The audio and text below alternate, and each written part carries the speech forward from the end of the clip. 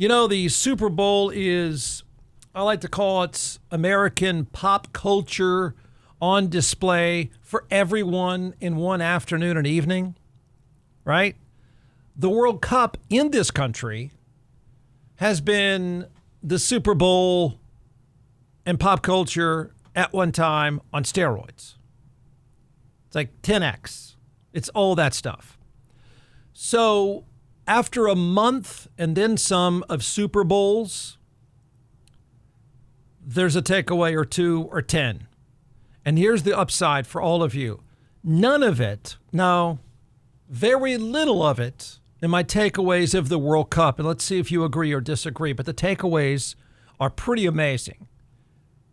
But very little of it includes my nerdy soccer talk. Some, but not much. You ready? David Beckham's agent won the tournament. He won the tournament. His name is David Gardner, and David, has no regard for the term overexposure. Is there, everyone, it doesn't matter how much or how little soccer you watched over a month, is there a product David Beckham didn't pitch? Can anyone name more than a 1 or 2 minute period in which you didn't see David Beckham? It took overexposure and just obliterated the term.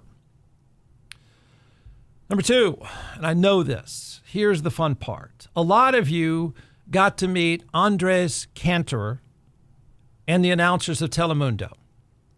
If you didn't, you eventually heard it. If it was your first time, then you're still giggling. Even if it's your 500th time to hear them, you're also still giggling. He's the greatest, and I would say Telemundo in general, but I think he started it. I guess some people might know differently, but he's the greatest play-by-play guy in all of sports. And I'm betting part of the reason the viewership for Telemundo was so high is that we can't get enough. We can't get enough of the most famous call in all of sports. And I'm going to credit The Athletic because they decided it would be a good idea to track every single goal and every single call. They timed them. We found a record. I assume this is the longest and most hilarious call in all of sports history.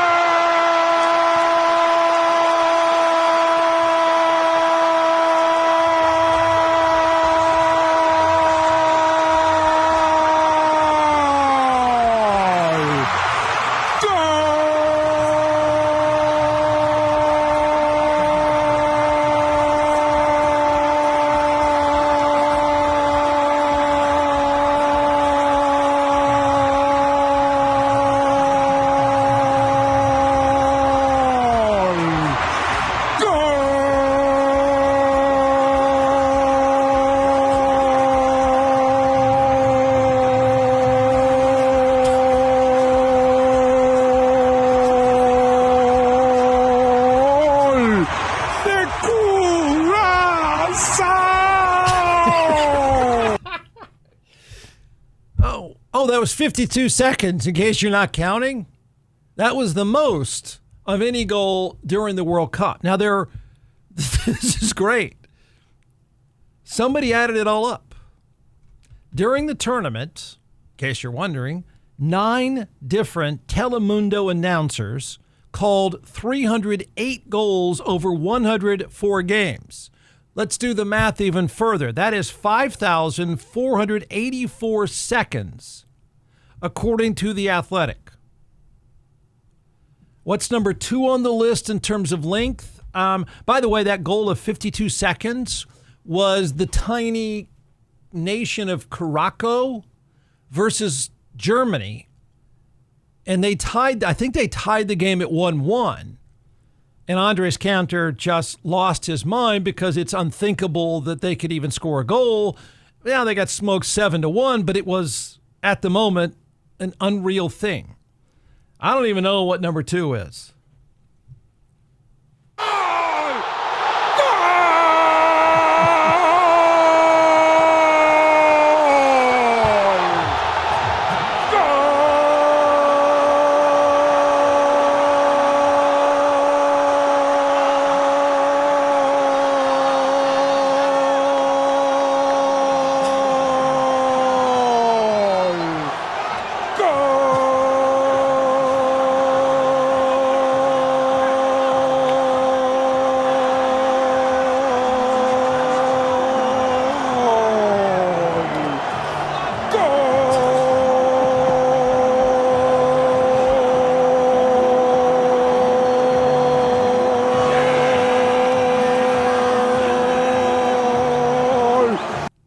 It was less than 52. That's all I know. It was number 2 on the list, and I have no idea who scored.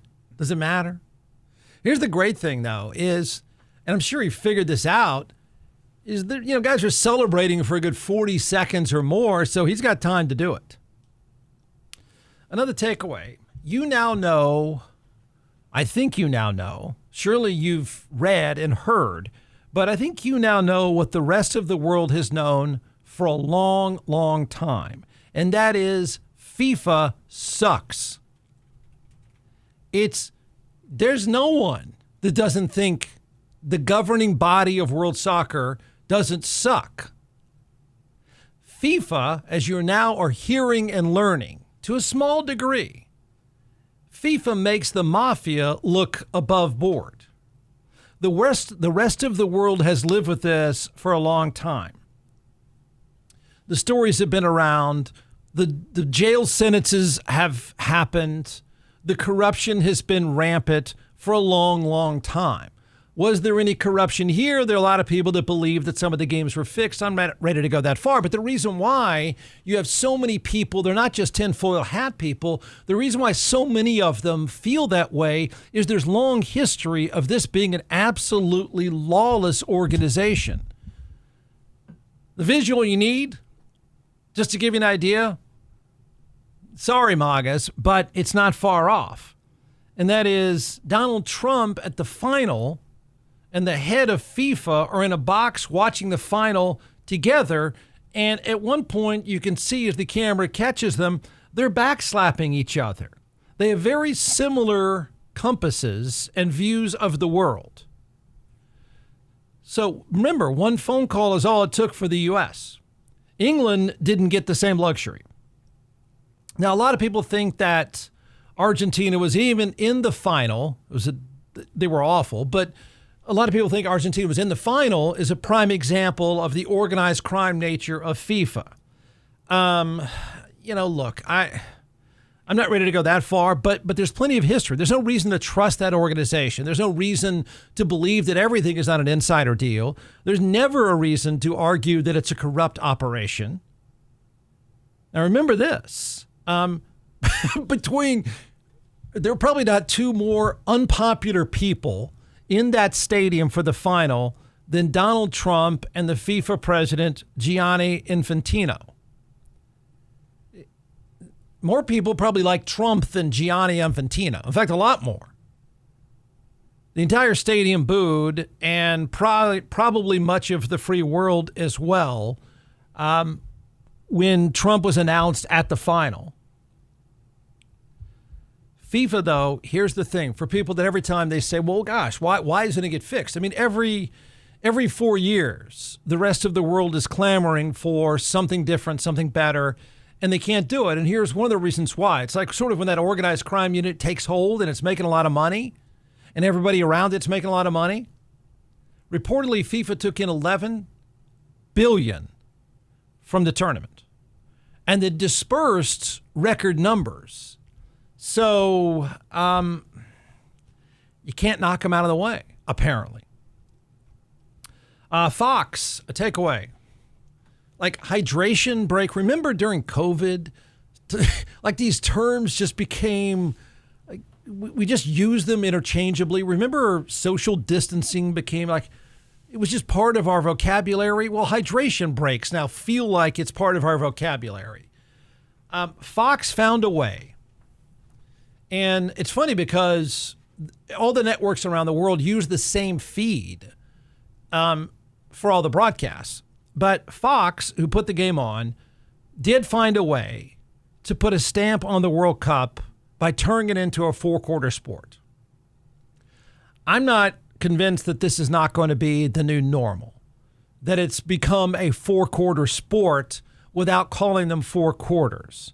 In the name of player safety, which should tell you everything you need to know about FIFA, but in the name of player safety, hydration break became the buzzword, and at 20 minutes or so of each half, the teams would take a water break. Now, what's not supposed to happen is exactly what did happen, and that is they started using these timeouts. Americans think nothing of this because this is how we learned to watch sports, but they would use these timeouts to plan strategy, which is not at all what you're supposed to think. One of the great things about soccer is you're not stopping and drawing up stuff. But the hydration breaks in the name of player safety gave everyone a chance to put together strategy. And the breaks were taken even in indoor games, right? I mean, it'd be one thing if you're playing outside in Dallas, but you're not. You're indoors. There was a game in Mexico, I believe the England-Mexico game. I think it was 59 degrees and raining, and they're still taking, quote, hydration breaks. So Fox taught the world how to make it a four-quarter sport. And the reason why they taught the world to make it a four-quarter sport is they made $250 million selling that ad time for hydration breaks. So the rest of the world's going to say, if you own the broadcast rights, hey, why don't we try that? And the thing about player safety, which that's not uncommon here either. We hear the same stuff from the NFL, and you know they don't really mean it. But player safety in terms of heat didn't seem to matter because two teams played for third place in the afternoon in Miami just a couple of days after they were eliminated from the final. So players were falling all over the place. The referee was cramping up during the game. So I dare say it's not so much about player safety as it is give the Americans exactly what they want. They want a four-quarter sport so everyone can make some money. That's it. FIFA did, I hate to keep using the term, did hit a home run in the U.S. The game itself hit a home run in the U.S. Interest in this country has been far more than even soccer nerds like myself would have anticipated. Casual fans, a lot of them like the game. Haters are going to hate on the game. You know, the way to talk about it is, look, there's a lot of people that couldn't watch a 3-2 baseball game, even though it was played well defensively, even though it was pitched well. It's the same thing. I mean, some people want to see a 15 to 14 baseball game. Some people expect a 6-5 soccer game, or else it's not any good. But the casual fan, I think, went beyond the flag waving and started to appreciate the game and the nuance of the game and the speed of the game, the athleticism of the game. And I just read that sports bars in this country, around the United States, have recorded record revenues. I mean, just insane numbers. I mean, early on, you heard about the city of Boston ran out of beer. So it's a giant hit, far more than anyone, I think, with Americans would have anticipated. And so, I'm happy about that. I'm happy that more people appreciate it, got to figure it out, even though people still don't want to fight about offsides. But I do think the game made a difference in terms of winning over more fans. What happens with that, I don't know.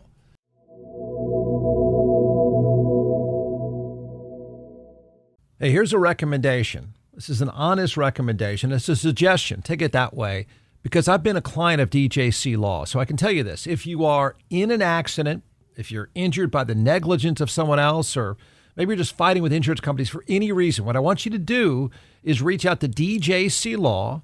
Dan Christensen and his team of attorneys there. I've known Dan a long time. I've worked with DJC Law close, and I can tell you this. Dan's a military vet. He's board certified in civil trial law, and their track record is remarkable. So reach out to DJC Law with any questions you have.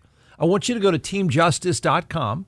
That's their site. You can also check out thousands of 5-star reviews. Trust me when I tell you, if you're in an accident, you're going to be overwhelmed. You'll need DJC Law. Make the phone call. 35 years in Austin. It's DJC Law, offices all around the state of Texas. Go to teamjustice.com or call 512-888-9999.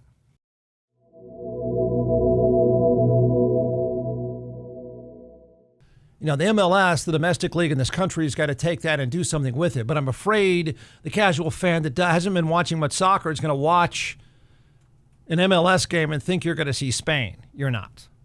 So I don't know what the MLS can do with this chance. Maybe a lot.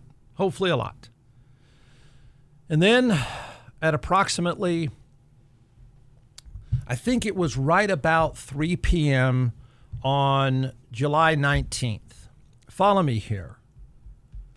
Those watching the World Cup final in the U.S., and I say only the U.S. because that I know of, no other country did this, because this is what I said. This is our Super Bowl. We will make everything cheesy if we can. So about 3 p.m. on July 19th for viewers in the United States, at approximately 3 p.m., I'm going to throw myself in here, and I don't know if the rest of you had the same thing happen to you. I think we were all doing acid. I feel like, don't know what acid is like, but I feel like at about 3 p.m., that was acid, or that's what it's like to be on acid. I have no idea how I got the acid. I don't know if you were on the acid, but it just, and the acid lasted longer than I don't know how long normally acid lasts. But so I thought I was hallucinating. I still think I might be hallucinating. I'm not quite sure what I was watching really happened. I hope it didn't, but I don't know. Because what I saw, maybe you feel differently. I don't know how you do. But what I saw was easily the worst performance that I've ever seen before by easily the most ridiculous collection of artists ever assembled. Yeah, we've had some bad Super Bowl halftime shows. We've also had some pretty good ones. You know, I think we've learned over time. This acid trip, this halftime acid trip was shockingly bad. I don't know if you had the acid trip. I did.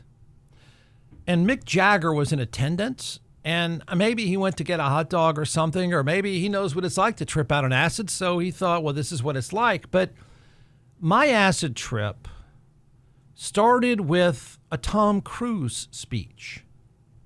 So Pete Mitchell, who made an Olympic appearance last time we left the Olympic Games, he starts the World Cup final.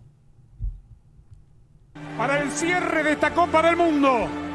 More than 30 days ago, 48 nations began a journey. They crossed oceans, they crossed borders, they crossed cultures. And together, they showed us why this game belongs to the world. From 3 countries across them, and from every corner of the globe, we have witnessed greatness. And we have shared in moments of joy, moments of hope, moments. I guess it really happened. I thought that was part of the trip. I guess it really did happen. That was Pete Mitchell standing in the middle of the field with nothing around him, giving us a Top Gun speech. But then the acid trip, I mean, does it get stronger over time? How does that work? Because I feel like my acid trip got worse, much worse. Because I went from thinking, man, I'm watching Pete Mitchell right now lecture the world with some like symphony behind him. But then I saw this person that looked a lot like Madonna from a distance. It was a really white head with skinny legs. Couldn't see because it was so far away. And then the announcer said it was Madonna, but she had a really distorted face. It's like a blonde Frankenstein was coming out of the tunnel somehow. And she was writing in, is this not an acid trip? Because please tell me it's an acid trip. And none of this stuff really happened. But she was riding in a pink car with dancers and, and then two legendary Brazilian soccer players who were in these clown suits. Right? If you didn't see it right now, you're saying, man, Ward, you really were tripping out on acid, which is funny because I was on a treadmill at the time. But that was Ronaldinho and an obese Ronaldo, two famous Brazilian soccer players. And why they're in clown suits, I don't know. But I don't know any of this stuff. I have no idea why they were there or why she was there, the blonde Frankenstein. So she was clearly not singing. I don't even know if she was there at the game. But then it got worse. It went from a blonde Frankenstein to getting worse. My acid trip, don't know about yours, it moved from, 84-year-old Madonna to what looked like a Korean version of the Backstreet Boys. That's what that was, isn't it? That's what I was tripping on. And so they're doing whatever the Korean version of the Backstreet Boys do. And maybe I had the spins. I don't know. I don't know if you get the spins when you have acid, take acid, because I don't remember doing it. But the third part of this acid trip was the part, oh yeah, I think there was a Muppets sighting. Yeah, they worked their way in there too. So I think we went from the Korean Backstreet Boys to the Muppets, and then the part that made me vomit. Out walked the Bob Dylan of our time, Justin Bieber. And at some point, I think I saw, right, the Muppets were like a rock band, and then there was a Ted Lasso segue, and then Justin Bieber playing the guitar like he's some folk artist. Did you have that trip? Now, there is good news. This was uniquely American. Only we could do something like this. I don't think the rest of the world would do this. It is easily the worst show put together. If you're going to say, well, Ward, you and the Get Off My Lawn crowd are not part of the demographic. Well, who was the demographic then? Could you tell me? Because I got lost at Blonde Frankenstein. Are you ready for the greatness? You ready to hear the worst show ever assembled?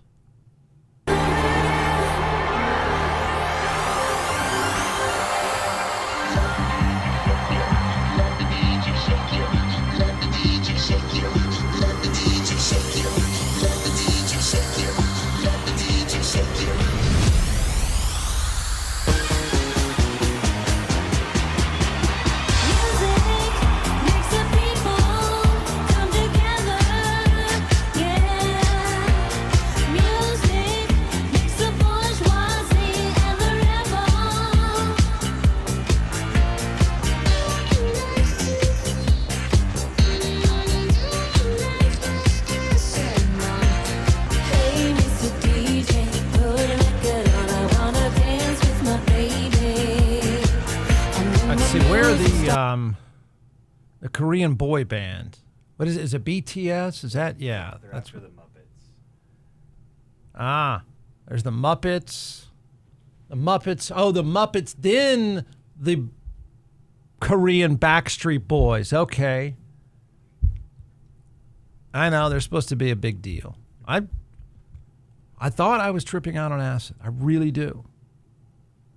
And then in the end, we had the Ted Lasso segue to Justin Bieber acting as if he's Bob Dylan, but he's also walking around on his own. Woo-wee! Coach, I got to say, the first half of halftime knocked my darn socks off. Spectacular, baby. I mean, how the heck is anyone going to be able to follow all that? Gonna be tough. Yep. Yeah, you know what I think we need? We need some heart. You know, someone that has some soul. You know, someone who can bring the love. Oh, you thinking what I'm thinking? One step ahead of you, Coach. You always are. All right, young man, let's go. It's your big shot. Okay. Now listen to me. Go out there. Don't be nervous. Nobody's watching. All right? Make us proud.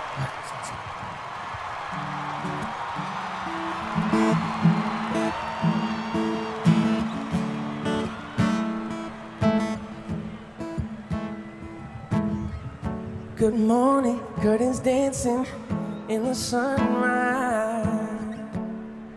Baby's crawling. This is the part where I thought, am I going to die from this acid trip? Like, how does it end? Does it just fade away? I have no idea why we did. I have no idea. I don't know. Do you know anyone that said they like this? Anyone really? Who would that be? Who are you?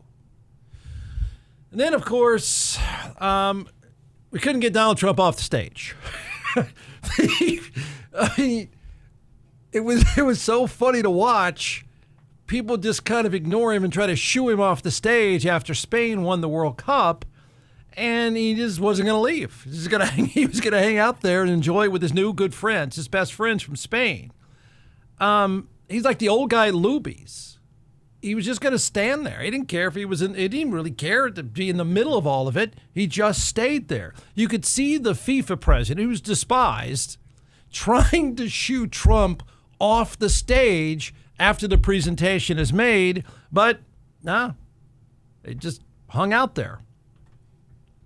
That part was hilarious. There are all sorts of memes out there. Now, 90 seconds of nerdy soccer talk about the game itself.